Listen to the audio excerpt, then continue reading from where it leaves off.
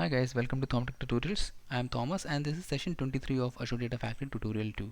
So in this session we are going to cover what is stored procedure activity and what are the usage and functionalities of the same. So guys, before we jump into the tutorials, please do like and subscribe my channel to support. Okay, so let's begin our tutorial. So guys, by name itself it's familiar to most of the people, I believe. Stored procedure activity. Okay, so people who already worked in ETL, SQL and different integration tools, they might be aware of this stored procedure. So stored procedure is, you can say, is an object in SQL which helps us to like wrap a set of codes or a business logic together, and it allows us to trigger this object from anywhere within a SQL, within ADF, different integration tools. So I'm not getting much into the detail, so we will be covering stored procedure at the Azure Data Factory level. Okay, so if you guys have any question on the stored procedure, please do let me know. Okay, and now let's switch back to our Azure Data Factory. Let's go. This is our Azure Data Factory, which is like on the feature branch. Okay, and then let's go and create a new pipeline. This is a new pipeline, PL stored procedure activity. Okay, you can put something like this and then get a stored procedure activity from here. Okay, give a name to it, load staging. Okay, click over here, go to the settings. Over here you can see we have one linked service already created for Azure SQL, right? But this is something that is created due to a ad hoc request that came in, and I have not shown how to create a linked service for Azure SQL. Okay, now let's see like how to create it. Let's click on new, give a name to it, that is LK Azure SQL. Okay, and then you can select SQL database, Azure SQL database, and your integration runtime will be auto resolve integration runtime, because we are trying to connect to a resource which is there in the Azure itself. Okay, and then you have an option to select Azure Key Vault. In organizations and industries, people, the organization, they will ask or they will recommend us to use Azure Key Vault so that their credentials are much more safe. Okay, but this is like we are going through a tutorial, so let's keep it as connection string and then go and select our subscription, and then select our server name, select our database. Everything will be auto populated, we just have to give a selection, okay, based on what we need. And then authentication type, I think some people are already aware of this. In SQL we will have different authentication type. It could be like a Windows authentication, it could be a SQL authentication. Like that, we have other authentications as well through ADF, that is managed identity service principal. In organizations, they will recommend us to use managed identity or service principal to connect to SQL. Okay, but this time we will use SQL authentication over here. Let's select this and give our username. So this is a username, admin username, that we are creating like when we are creating the server and database. Okay, so if you guys have not seen it, please go and watch my previous videos. So now let's go over here, give the username over here, give your password. Okay, that's it. Let's test it. Okay, if yeah, it's successful. Okay, in some cases what happens, let me just show you. Let me show the default condition. Okay, so let's suppose we are going to test it one more time. Okay, click on this, you might get this type of error, you are not able to establish a connectivity, right? Click on this, you will see what it is trying to say. Linked service is not correct, or it's the database firewall allows the integration runtime to access. So actually the ADF is not able to communicate to Azure SQL. Okay, what could be the reason? It's clearly mentioned about like a something is like Azure or resources, or like Azure resources are not allowed to connect to the server. Okay, so just close it, go to our server. This is our server page. Let me just go back. Okay, click on the home, click on the server, click on show firewall settings, and then over here you have one option, that is allow Azure services and resources to access the server. Click on yes and save it.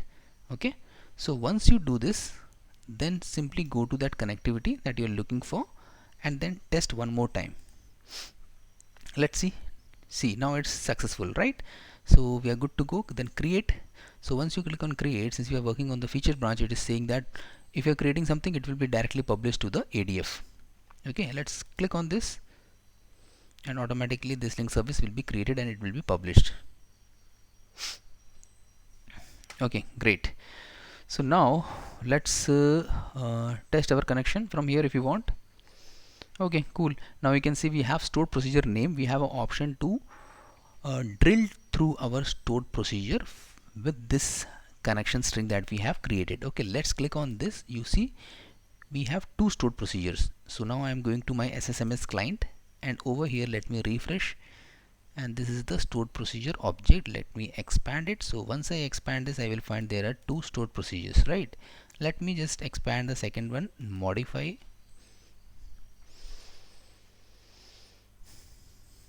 So for this session our objective is not to understand what is stored procedure, but how to use or call stored procedure through ADF. Okay, so you see this is my stored procedure. Okay, and this is the name of the stored procedure. What we are trying to do, we are trying to insert a table from a temporary table. Okay, so let's go and run this table together and see what we have. The first one is the main table and second one is the temporary table. Let's execute this. So see, so the first table, that the main table is blank, it's not loaded. The second table is, we have some data. Okay, so what we can do now, go back to our ADF and select your appropriate stored procedure that you need. That is the second one. Click on this. Okay, and let's suppose if you have any parameters. Okay, if you have any parameters in your stored procedures, then you can click on this import. Automatically those parameters will show up over here. Okay, so you just have to pass the value whatever you want to pass. So I will show you that one like in coming sessions. Okay, or I can create and show it to you, okay, in a while. Okay, so let's now let's trigger it. Let's publish it.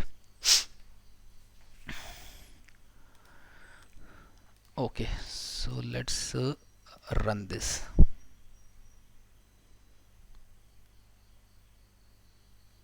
Okay, great. So I think it's completed. Now let's go back and just execute our tables one more time and let's see what happens. See, now you can see the main table is loaded, right? So this is how we are running our stored procedure through ADF. And yeah, so that's all about stored procedure. And I think one more thing I promised. So let's go to our Object Explorer and do one more thing. Okay, so this is my same stored procedure. Let's put a condition now. Let's put a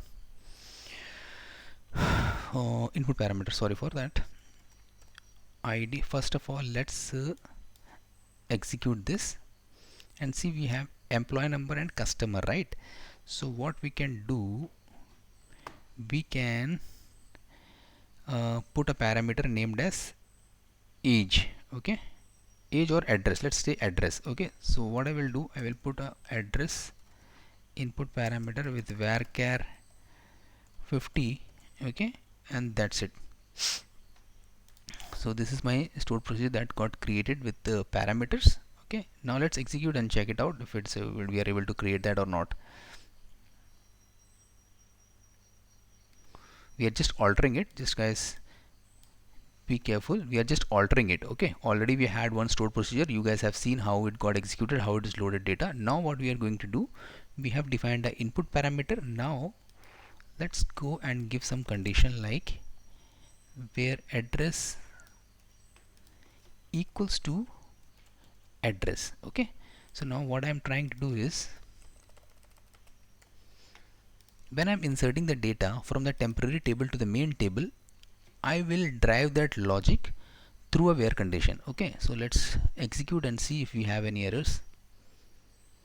Okay, invalid column name. Great. Okay, so let's execute the temporary table and see what is it. So the last one, that is prop underscore 3. So the unfortunately the column name in the temporary table was different. So what we can do, instead of address, we can put as prop 3. Okay, so in the from temporary table it will be prop 3 and the parameter will be coming from the stored procedure input parameter. Let's alter this. Okay, and then go and trigger these two tables one more time. So see, we have data in our main table. Let's go and truncate this table. Truncate. That's it. Okay, so this got truncated. Now let's cancel this, execute it one more time. You can see first table do not have anything, second table has data.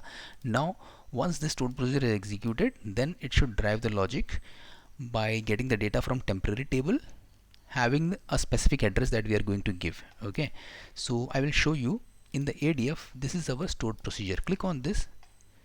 Over here